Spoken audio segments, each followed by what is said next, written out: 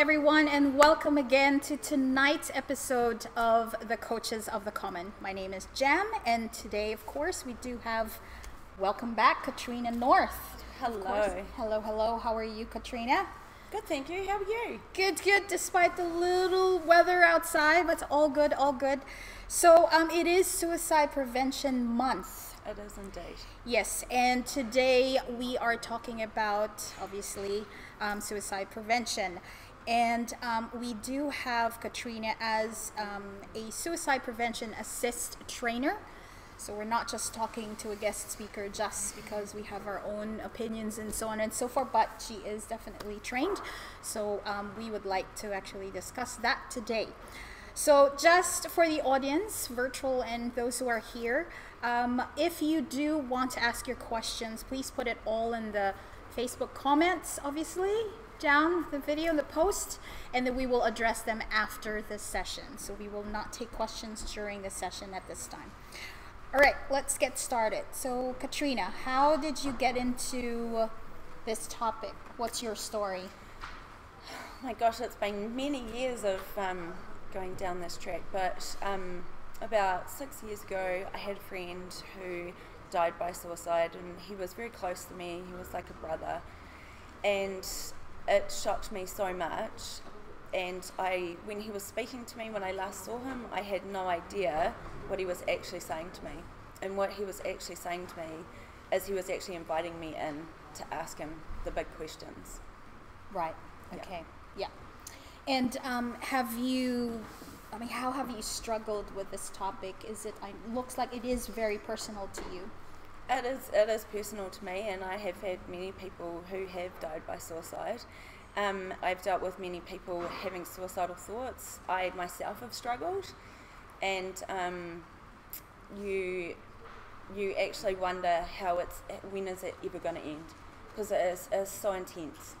Yeah. And in my opinion, my personal opinion of my experience, it wasn't a struggle of like mental health or a mental illness. It was a struggle of wanting something to end, and it was a struggle of wanting a situation to end, and it just all got on top of me, and I was very close at twice. Yeah. Attempting it, but I didn't, because I chose a different way of being, and I had a choice, and in those moments they're very split second, and so I made a choice, and I'm still here today. Happy to be here with you today, definitely. Thank you. Yeah. And I made it part of my life journey to assist people who are going through the struggle. And I worked at Lifeline for 2 years on telephones, talking to people with suicidal thoughts and suicidology. And I then furthered myself into going into the assist training that Lifeline provides for all around New Zealand. It's worldwide. And so it's designed to be able to walk through a story with people with suicidal thoughts. And it can, when you're actually in the moments, and everyone pretty much in that training had either felt it, attempted it, or had nearly completed it. So everyone in the training was very much in the moments of, this is where we want to be, we've been there, the struggle's just so dark and it's so heavy, but we just wanted to make a change in the world, and we wanted to be that change. Yep. And experiencing it and being there with everyone, it's life-changing. So how did you move from that feeling onto a lighter side of things, so to speak? When you're in the midst of suicidal thoughts, you are not thinking of anyone but yourself. And when someone tries to say, what about your children, what about your loved ones, what about your family, what about me, you then start to feel really guilty, and then you start to feel like you're some sort of burden, and you're like, well, oh my gosh, well, I may as well just disappear, because it's all too much for them, and oh my gosh, I'm going to leave them behind. But it's not that, it has nothing to do with anyone else. It's just you struggling inside in this dark space where you just feel so trapped and so constricted. Yeah. Yeah. And I personally myself was put on medication, and I was warned of the side effects are suicidal thoughts. Yeah. Well, I already had them, and I'd already spoken to the doctor, which there's taboo about talking to a doctor about suicidal thoughts too, because it goes on your national health record, Right. and people really don't want that stigma and taboo on them of that. Yeah, yeah. So where's the, I guess, the turning point for you that you've decided, nah, life is really good. I'm not going to do this. A person entered into my life and just kind of, there was just this ray of sunshine, and this person just kind of, it was just a flick of a switch. They acknowledged your struggle, they acknowledged what was going on for me at the time. Yeah. And of course, in my family, suicide is definitely not a normality, because sometimes in families, if life gets too hard, the uncles died from suicide or the dads died from suicide, and so it becomes normality for other people. But for me, it was just this person came into my life, came in at perfect time, was in a holding moment, and just simply kind of guided me through where I needed to be. That's the support system. That's Definitely. critical. Definitely. Totally. Yeah, no, that's good. So let's move on to finding out what the invitations or the signs. I mean, are there signs when someone is actually seriously thinking about suicide? Yes. So when someone's talking with you, most of the time you'll get a really deep gut feeling that something's not right. Right, yeah. And it can be giving away possessions. It can be super happy, like almost manic, because they've already made a choice and a decision. Yes. It can be always words of hopelessness. I'm worthless. I've never felt so down and out. I wish I wasn't here anymore. Those sorts of invitations. And we kind of, as humans, we want to fix that. Yes. So we want to go, you're not worthless. It's not all hopeless. But the person's trying to get their story out and trying to get you to kind of directly ask them how they're feeling. Yep, yep. But those are there, feeling of hopelessness, and when they start talking to you and they feel sad, etc. Those are kind of the obvious signs. Are there some that, it's kind of hard to detect based on your experience? I guess the happiness, definitely, because when someone's really happy and stuff, it's just, if you're not used to a friend or a family member who's very happy all the time, then maybe that's the time you go, are you okay? But are there little signs or not so obvious signs we can look at or look for?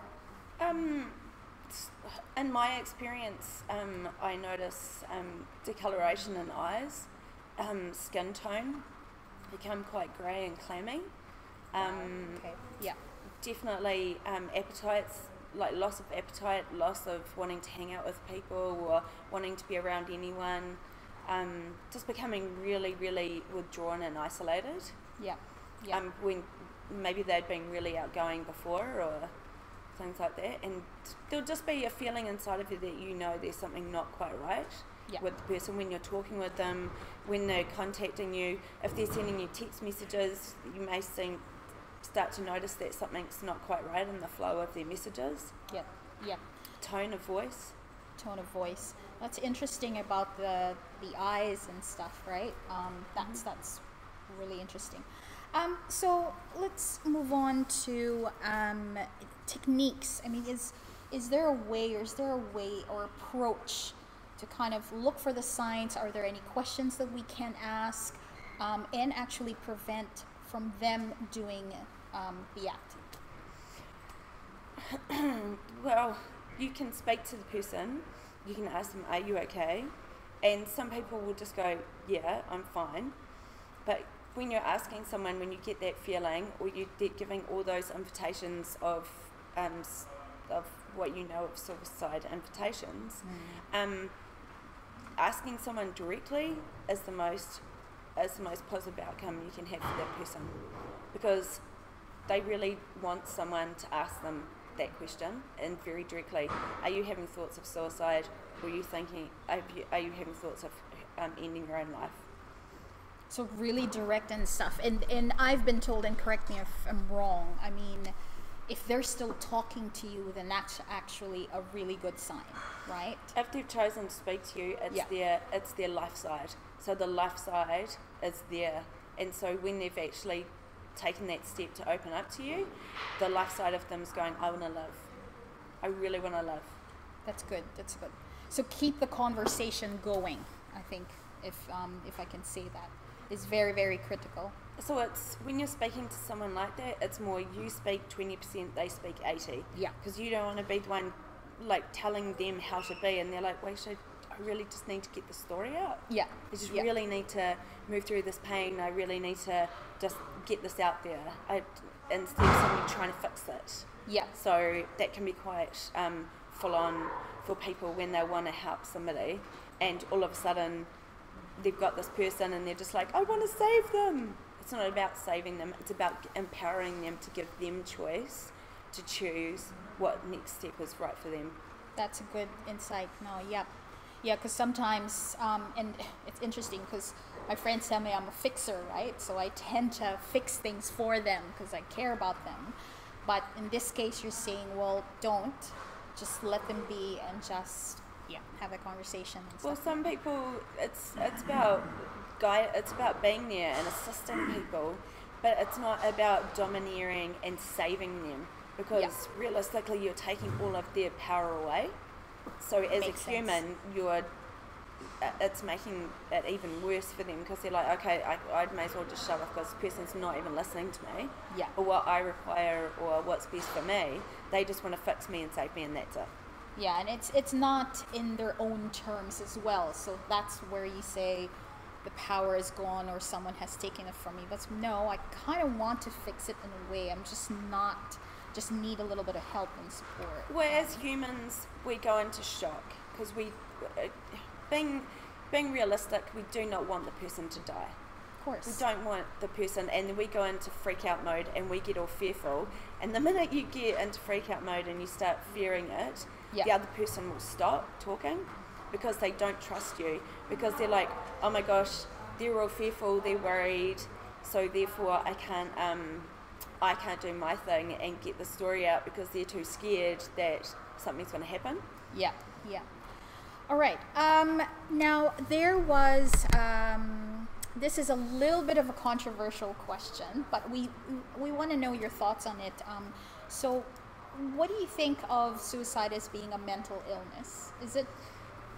Through my experience and my belief, I believe it's not a mental illness. I believe we get to a point in life where these things, we're in a state of dissatisfaction of our lives, and we want the state of dissatisfaction to stop. So if we're dissatisfied with our job and things like that, and everything gets on top of us, or we're feeling like we're failing, or we're just not good enough and things like that, we tend to go to the wrong of us, and the worst case scenario of wrong of us, of like, well, I may as well just not be here anymore. Right. And so when you're looking at things like that, it's not that you're wanting your whole being to die and end. It's about realistically ending something that's going on for you, because it's a permanent solution to a temporary problem. Yeah. And so, I do understand with people with illnesses, terminal illnesses and things like that, but when we get to that state of dissatisfaction, speaking from my own personal experience, I just really, really wanted the situation to stop. I just could not find a way, and I couldn't find people to assist me the best way possible that I felt like I required. Yeah. And I felt like nobody listened to me and nobody took me seriously, and so I just became this shut off box and became quite hostile, and it was quite an awful time. But all the things you learn through this is amazing, because you get to assist other people in their lives, and give them different choices if they choose. Yeah, and you're making a huge difference, definitely. definitely. So hats off to you, Katrina. Thank you. That actually shows a lot of strength as well. So I see that as strength. So this is interesting. You mentioned about an ending song that you had to sing during your interview as a trainer, suicide prevention assist trainer. Could you talk about that, or would you like to start singing? So I've been a preschool teacher for 20 years, and so when we had to do our interview for the suicide to be a trainer, I wanted to find the best way that I could describe walking along this journey of someone with suicide. Yeah. And so the song's called Sa Vali Vali, and it says Sa Vali Vali means go for a walk, which means walk alongside of the person and allow them just to be them. Tau Tala Tala means too much talk, so it's wanting the person to speak 80% of the time and you speak 20, so it's kind of like zip it and listen. And then take it easy, Whai Whai Le Mu. It's like encourage the person to be kind and gentle with themselves, because they are struggling and it can be a really difficult time, and to just encourage them to be easy and gentle with themselves while they're telling their story. Yeah, it's priceless. It is. Well, thanks for sharing that. It's beautiful. Thank you. It's beautiful. Okay, we have a few more minutes left, but is there anything else that you'd like as a simple takeaway to those who are watching right now for this episode, or someone who is playing back the recording on our Facebook page? Just have no fear, be genuine, be sincere, because all we want to do as human beings is just be listened to. And if you can do that, even if it for a split second, and just even find someone else to support you in that moment, just do it. You just the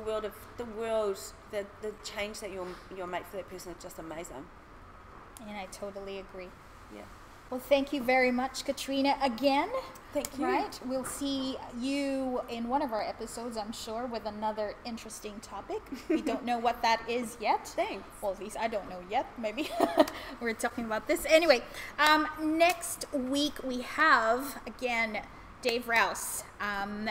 He is going to talk about preventing and relieving stress for entrepreneurs. We always all go through stress, etc. So it's his own tips. So I will be here. I think I will be here. Yes, I will be here. But Deborah, our founder here at the Common, is going to be interviewing him, and I'll be in the back end and just cheering them all on. So this is Jam again, and thank you again, Katrina. Thank you. Thanks everyone who is watching, and be kind to yourselves, and hug a person, of course, and stuff, and talk to your friends and family. And see you again next week.